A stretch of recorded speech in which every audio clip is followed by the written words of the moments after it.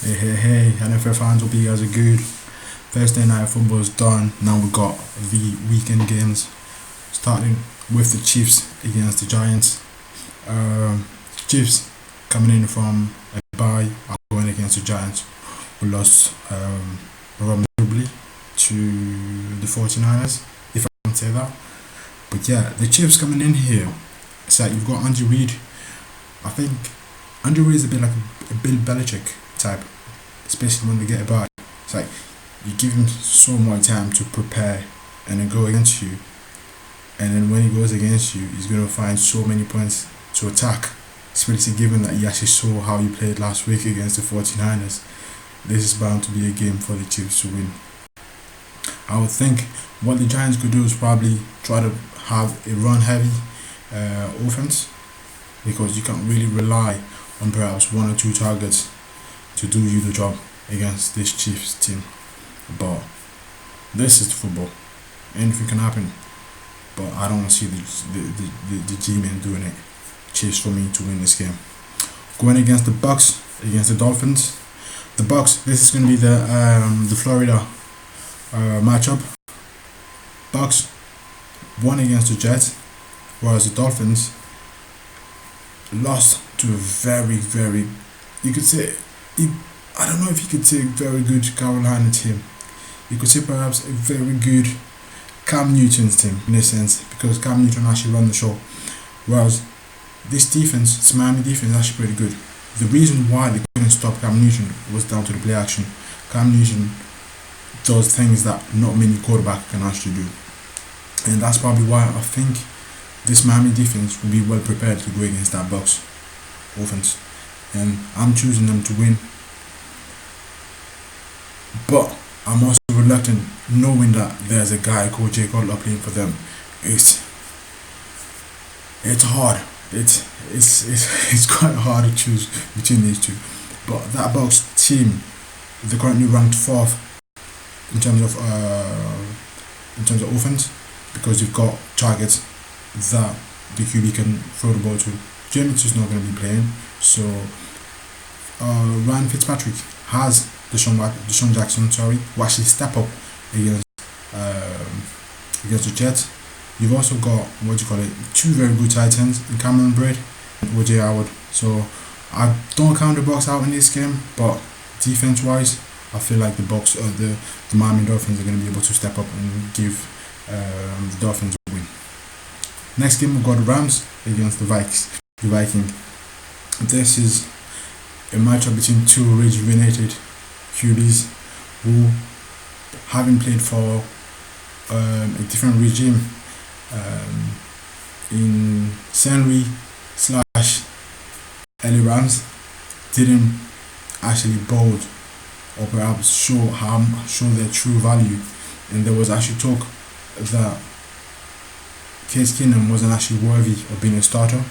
Even to this day, it's still something that he's having to deal with, given that you got Teddy Bridgewater, who came back from an injury, and then on the other side you got Jared Goff, who many people actually label as a bust.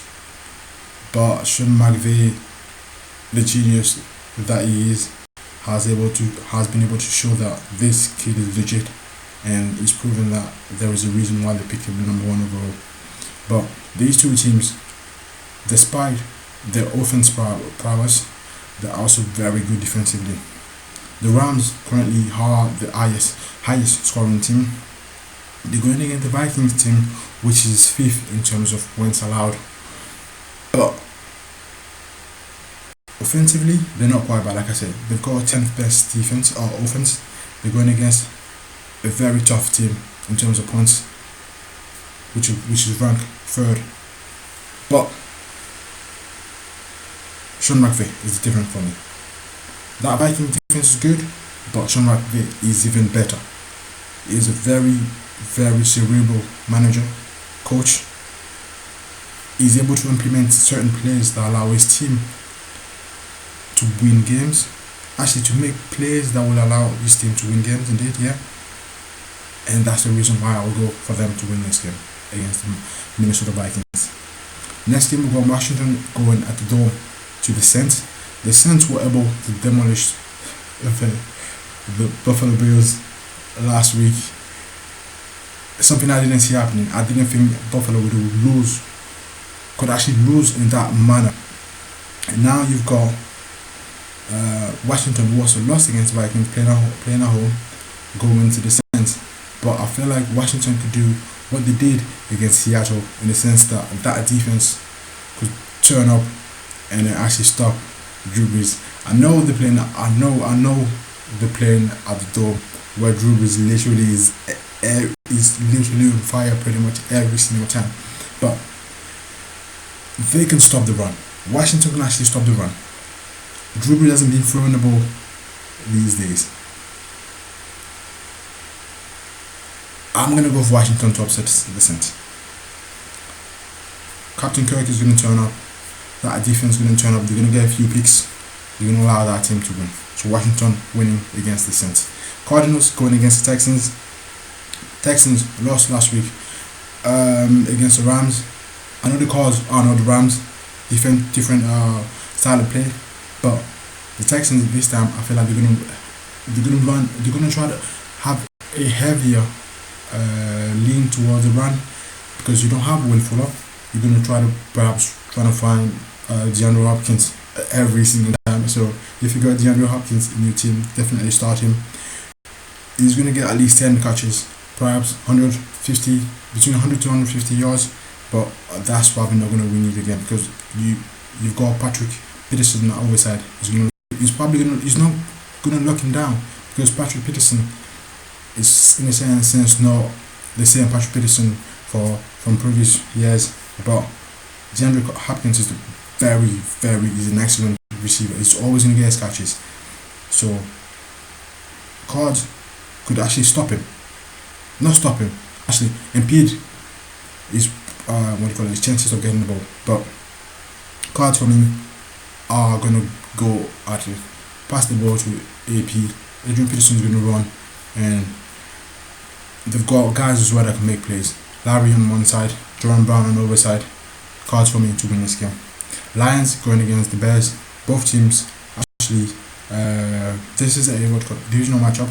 So these two teams actually know each other. Lions having won against the Browns, going in against the Bears, who actually lost against the Green Bay Packers.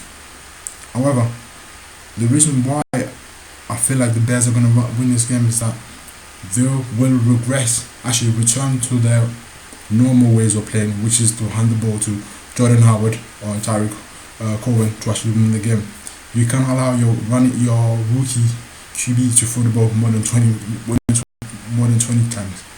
He's not going to win your game. He's a rookie. There's a reason why he's a rookie. Not many rookies actually allow. I mean, these days, given the fact that they don't spend too much time in college, it doesn't allow them to come in this league being prepared. I know there are a few exceptions, but this is different. These leagues, nowadays the NFL is so much involved in terms of recognizing what are your best attributes and you perhaps lacking, that or the aspects that you perhaps need improving on. So I don't feel like you should put your QB in that position. You got two very good running backs, give them the ball. So for me, they may actually, if they were to follow that process, which I believe could actually definitely work against that Lions defense, which is ranked 10th against the run, it's quite a good position given how many teams you have in the league. But don't try to throw the ball against them. They are pretty good. Run the ball, probably get you a win, and that's why I would go for the Bears to win that game. Jags going against the Browns. That defense is literally carrying the Browns. The Jags, sorry. That defense and the special team is literally carrying that offense. And Blake Bortles is throwing picks pretty much every single games. It's not a good sign, especially in the direction in which they think they are headed. You got the Browns. I understand the Browns haven't won the game, but guess what? The Browns actually rank 10th in terms of defense. It means that they actually do lose games, even though they haven't won yet. In fact, but they don't lose heavily. It's just a matter of their offense not being able to generate enough points to get them to keep them in games. But if their QB is able to be smart with the play calling, they could actually upset some teams. Is it going to be the Jags? I don't see it happening. Jags to win against the Browns. Ravens coming in against going against the Packers. Ravens coming off a bye. You're going against the Packers team that actually won against the Bears. They're motivated, they're highly spirited, but they don't have the starting running backs. Are you going to let Brett Hundley throw the ball the entire game against that Ravens defense? I don't see it happening, but you could get rookies coming in. One thing as well with rookies coming in to having to step up is that they very motivated. They want to show that they deserve a spot in the team, and that is probably going to allow them to stay within touches against the Ravens. I'm tempted to go for the Packers to win this game, but throwing the ball against that Ravens defense is not going to work. Ravens to win that game for me. Bills against Chargers. Bills massive loss against the Saints. Chargers, like I said, against the Lions. They could have finished the Lions. They should have. Against the Jags. Sorry, the Chargers could have finished the Jags. They didn't. They paid the price. The game went to overtime, and Jags won the game by a field goal. Now, if you are the Bills, you don't bench Tyrod Taylor. I know Tyrod Taylor is not your prototypical guy who's going to throw the ball pretty much 20 to 30 times during the game. But remember, the record of winning games and perhaps keeping you in games with his both throwing ability and running ability. Nathan Peterman coming in as the backup. Is he going to be able to win you games? I don't see it. That's probably why they will rely heavily on LeSean McCoy to run the show. LeSean McCoy is going to do his thing.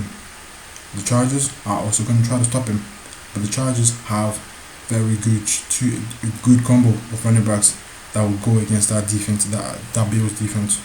Ultimately, my team to win this game is definitely the Bills, given that they will reflect on how badly they lost against the Bills, and also reflect on how badly they lost against the Saints, and also how badly they lost against the Jets, and try to come back against this Chargers team and win that game. Bengals against the Broncos. Bengals, I can't trust them. This season I can't really trust them. You got a very good an excellent receiver. You got some decent running backs, but you could have done it against the Titans. They could have done it. Personally, they could have done it. You're going into this game without Pac-Man Jones. Your defense didn't allow you to beat to stand a game against the Titans. This Broncos defense, they suffered miserably against the Patriots, but they will show up against the Bengals, and that offense will also turn up. So Broncos to win that game, especially playing at home. Patriots going against the Raiders. Raiders, when I see them sometime when they play, you feel like they are the number one offense. But this week they're going against the real number one offense in Tom Brady. And I know their defense is not there, but remember you got Captain 12. He's going to take you anywhere you need, and he's going to actually allow you to win games. The Raiders, however, I don't care. Like, honestly, it doesn't matter where their defense is, because when you got Tom Brady, he's going to make plays. He's that good. He can dissect your defense regardless of how many personnel you have on the field. So DC can keep them in the game. You got Marshall Lynch as well, who's going to run the show, and that's probably why I think we're going to win the game. Raiders to beat the Patriots. Tom Brady is going to fall against DC. Eagles against Cowboys. One thing I've got to say, Carson Wentz, people, is the truth.